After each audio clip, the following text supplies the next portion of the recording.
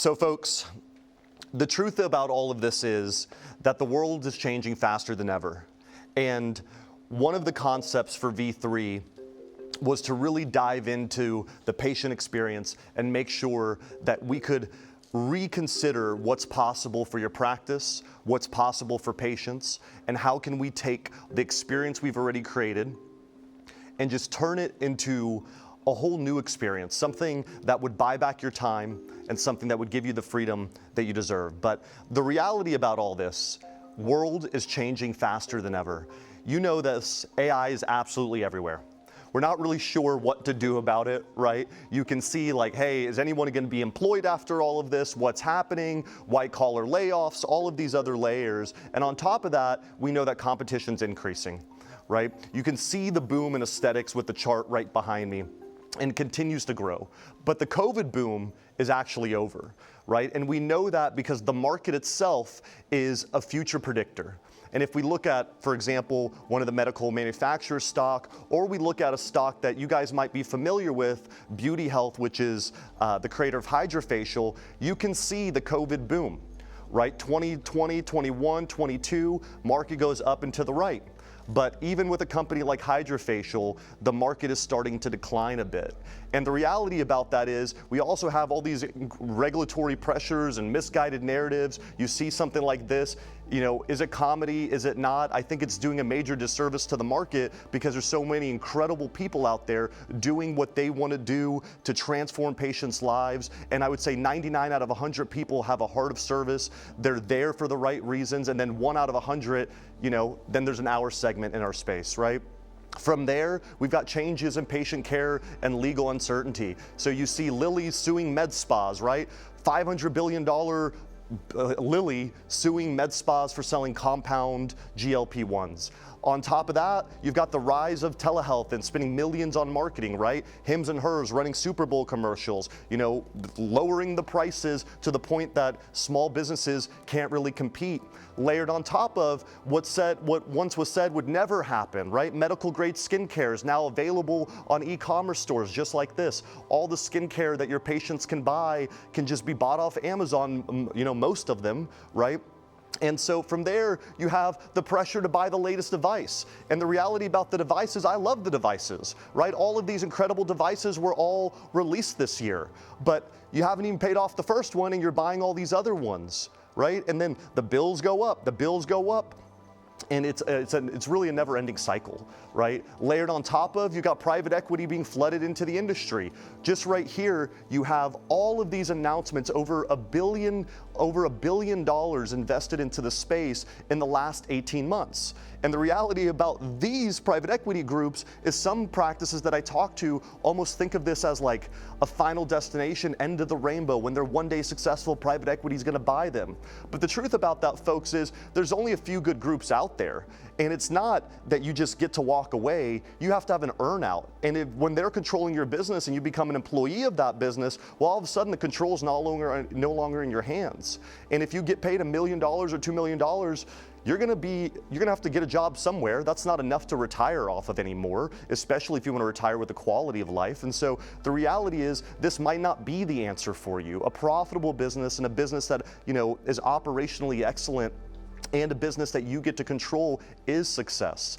Layered on top of the real threat, right? We know all of these things are happening within our space, putting so much pressure on us, but the reality is the real threat is here, and that's unemployment, right? We talk about AI and all these other spaces, and you see that unemployment is the highest that it's been in 4 years, right before COVID, right? The jobs report was actually delayed, okay, 2-3 weeks ago because of the government shutdown. So we really don't know exactly what's gonna happen. From there, consumer debt, right? If you look at consumer debt, it's the highest that it's ever been, right? Millions of Americans seeing their credit scores plunge. These are all recent articles, by the way. And we have debt that are hitting record ceilings. On top of that, consumer sentiment, right? What do consumers think about the future? Well, you know, a lot of consumers might be doing well, but the mass majority are starting to say, hey, I don't know how well things are gonna go. And investors are pouring into gold. If you know anything about investing, if you know about gold, the reality is as gold booms up, it's investors thinking that there's going to be economic uncertainty for a while, right? Silver going the highest it's been in 45 years. and practices are closing, right? Even well-funded ones. So if you're struggling right now, I get why you're struggling with the increasing competition and all these other narratives happening. It only makes sense. So on top, $55 million from Everbody. We'll take a look at this. Everbody right here, it's closing, right? $55 million invested into, by a private equity group, and Everbody is closing. So it's not just about the money, it's not just about the capital, right? Even a company like this can go out of business. And the question really becomes, and I'm really not trying to scare the shit out of you, I'm just letting you know that, hey, if you're feeling like things are tough, it's not in your head, like things are tough, okay? So like, take a deep breath, it's going to be okay, but the way you used to operate your business is not how you can continue to operate your business, right? And the reality is, when you practice during uncertain times, that there's endless ways to grow your business. And I'm sure you're thinking about these things. And again, I tell you these things to let you know that, hey, if it's not just you. And sometimes that's all you need to know, right? When I was in the restaurant business, I remember when I would have a slow Friday night, what I would do is I would say like, okay, let me get in the car and check to see if it's slow. Like, is it the weather? Is it the fact that we have a hurricane coming? Is it like Easter and everyone's out of town? But there's endless ways to grow your business, and you get hit up with this every time. Maybe it's the new EMR. There's a hot EMR out. This is going to change everything. You know what? Let me hire a consultant, or the office manager. It's my office manager. It's a remodel. You can spend all of these ways, right? The new device, the new website, all of these ways, but we're missing the point, okay? We're absolutely missing the point. And the point is, the key is to attract and retain the modern patient. Okay, the modern patient. Well, why am I talking about the modern patient? Well, let me show you the details of the modern patient. They're the backbone of the economy. 73% of them return for regular treatments.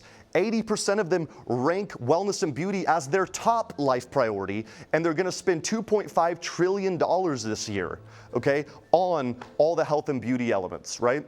And what makes them so valuable? Well, number one, 10 years, they're starting their treatments 10 years earlier. It's like earlier than any generation by a long shot. They spend 20 to 30% more because they actually take advantage of what Matt was talking about, the buy now, pay laters and the memberships. And they have real social influence, right? They refer 5 times more. Well, how are they referring so much? Because if you're doing the things that Rajani was talking about, they will be sharing on social, right? Spreading the word for you. But the reality of that is that the traditional patient used to start at 45 years old. And take a look at this, right? If you look at the average patient spend was $550, they visit 4 times a year for their Botox, and then they spend a lifetime value of $66,000. But what's the difference between a modern patient? The modern patient starting at 30 years old, okay? And from 30 to 75 with a smaller spend, but more frequency, and a lifetime value of that patient is 91% more. So it's not all about just getting patients in 2-3 times a year. It's about how often can I get them in, and how often can I get them in for their lifetime. And this is what private equity trades off of, right? They look for practices, or investments trade off in general. They look for practices that can create the greatest long-term value, lifetime value. And the reality of that is, it's the difference between the winners and the losers. If you're not attracting these modern patients that are coming in and taking this as a priority. I know some of you say that people will not make their car payments before they miss their Botox appointments, right? And it is the difference between winners and losers. But on top of that, the reality is the modern patient expectations have never been higher. Take a look at these expectations. Mobile first, personalization, VIP status, 24/7 access, total convenience. All of these things that you right now expect from the brands that you do business with. Okay? Why is that so important? Because it's a mirror. It's a mirror of your expectations. And you've got to take an audit of your practice and say, hey, am I fulfilling my own expectations as a consumer with my business, right? How are you going to attract all these patients if you wouldn't even attract yourself? And the reality on top of that is all these low quality solutions that you're being sold, EMR, practice management systems, and I don't have a dog in the fight, which one's better, I don't really give a shit. Like, the reality is, this app over here, this one, this is a 5 location in Dallas, very successful practice, and this brand with this app looks like it came out when the internet was invented. Who is ever gonna buy a membership or anything from this app? And then, okay, let's do emails. You know what? Email is a strategy. Folks, I have 76,000 unread emails. And if I have 76,000 unread emails and you're doing a flash sale in 24 hours, you think I'm ever gonna see this thing? And then, okay, you know what? Hot new EMR. I can buy memberships from it. You know what? This, who is gonna buy a membership from this? Who's gonna read all that? No one's gonna read it, no one's gonna buy it, and then you're gonna be constantly disappointed. And that's the reality of the solutions that you have, and here's why. Because they're built to manage your back office. They're not obsessing over patient experience. They're not raising $50 million to obsess over how do patients buy, how do we use it day to day to purchase inside and outside of your practice. And so when we were using RepeatMD, we said, hey, could we not become a practice management system, and could we obsess over a great client experience? Could we obsess over growing your business? Could we help you sell more while doing less? And that's why RepeatMD, we're focused on one thing, which is great client experience, and the second thing, grow my business, and we created a leapfrog product, right? People ask us all the time, like, hey, why don't you do practice management? Because you got that already. Are we working on integrations? Yes, we have an aesthetic record integration. We have other integrations that we're announcing, all of these things, but they're built to manage your back office. You want RepeatMD obsessed over this, because this is the core issue of your business. The workflow management and chart management, people have done that already. And your choice to decide on who you want to use, okay? And here's what happens when you don't evolve, folks. If you want to know what the history books tell you about companies that don't evolve, well, just ask Blockbuster, or ask the record stores, or ask taxis, or ask the small businesses, and then Amazon came along. And the time is now to evolve. Full stop. The time now, there's 2,000 plus practices live. You are the leaders of the space. What you did is say, you know what, I'm gonna spend 2-3 hours at 5 p.m. Eastern to come to this thing. You're already thinking the right way. But when you're evolving, it's to attract and retain the modern patient. That is why you're evolving, because these are the most valuable patients, but your practice has to be worthy to attract them and to retain them. If not, someone else is. So, when times are good, you don't have to wonder how long this will last. And keep in mind, when you're successful, aren't you a little bit paranoid? Right? It's like, oh my God, things are going really well. Like, how long is this gonna last? But when times are bad, you don't have to wonder, will things ever get better? And there's businesses in any economic time that thrive, okay? And that's what you want. You want to have the power to attract these patients so you can have a thriving business, not one that you're uncertain about. And so at RepeatMD, what we did is we build for the modern patient, which solves the core growth problems of practices today, which has resulted in us becoming the fastest growing company in health tech, which has resulted in 1.9 million users. Okay, those apps that I showed you, how many users do you think they got? That 5 location probably has 2 users using that app, right? And the moment you download that thing, you're ever gonna use it again? Absolutely not, okay? 274 million of sales, in-app sales this year, 2.6 billion in revenue generated, 4,000 practices using RepeatMD service today, and we raised 50 million, not to put it in our pocket, folks, to invest back into practices so you can win. That's the whole game here, okay? On top of that, we solve problems like increasing competition, limited sales hours, unpredictable revenue, expensive patient financing, all of these things, because what we do is we create a solution that's a patient-first experience. What I tell my team all the time is really simple. The patient is our customer, the practice is our client, our practice is our partner. Our customer is the patient, the practice is our partner, because you want us obsessing over this problem. Now, it is the same solution the biggest brands in the world have used. So if you have any doubt if it works, well, what does Botox, Starbucks, coffee, airlines, what do they all have in common? What's the one thing that they all have in common? Well, they could spend all the marketing dollars in the world. They could do really anything that they want. These are billion-dollar companies, and they've all decided mobile rewards is the solution to help grow their sales predictably and profitably. Now, what's the difference? Well, they're very committed to it. At the end of the day, there's no one that's not using the United app. They force it. right? Starbucks, get a free coffee, order, order, order. They take it serious because they know it's the difference between a bad year and a profitable year. And I think the finances and the market cap of these companies speak for themselves, okay? So we make it easy to sell more with your mobile app. And we're just getting started. We spent the last 2 years, folks, and $20 million building the future. And with 2 million users and 4,000 practices using RepeatMD, I feel confident in saying that after tonight, our industry will change forever. And our partners, you, will be the ones that benefit, giving you the unfair advantage to grow your business, not just to survive, but to thrive. In 2022, we created mobile rewards. Okay, and this was an interesting insight because what we realized, from the story I told you earlier, is you don't need points. You don't need a point-based reward system. What you need is a reward system that can introduce, educate, and incentivize your patients with your services.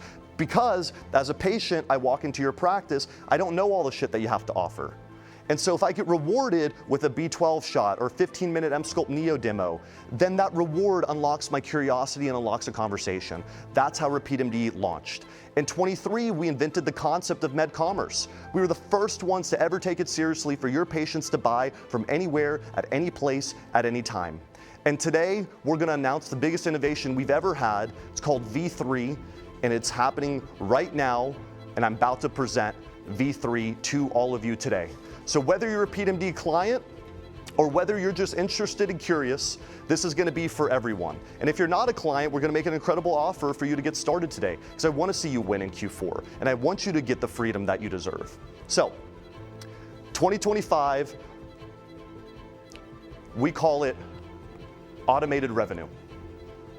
V3 is all about automated revenue. Now, the question is, okay, what does that mean? Well, let's start with the products. We're introducing 5, never before have we done this, 5 revolutionary new products.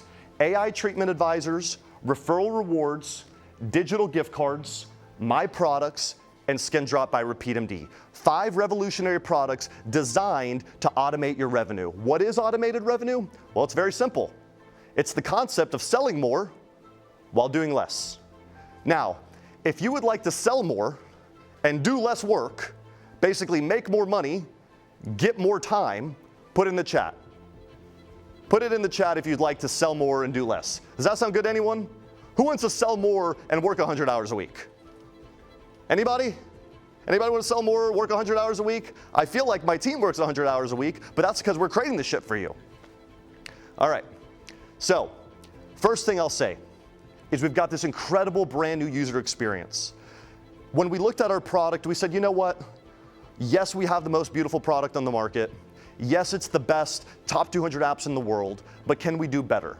And my design team did not like me for it because we iterated and iterated and iterated, and they created something magical. And so with our new user experience, we're introducing personalization, and I'll show you why that's so interesting. We created a whole new elevated design, and we redid the shop for absolute convenience and immediate readability. And I'm gonna show you that as I show you the first product.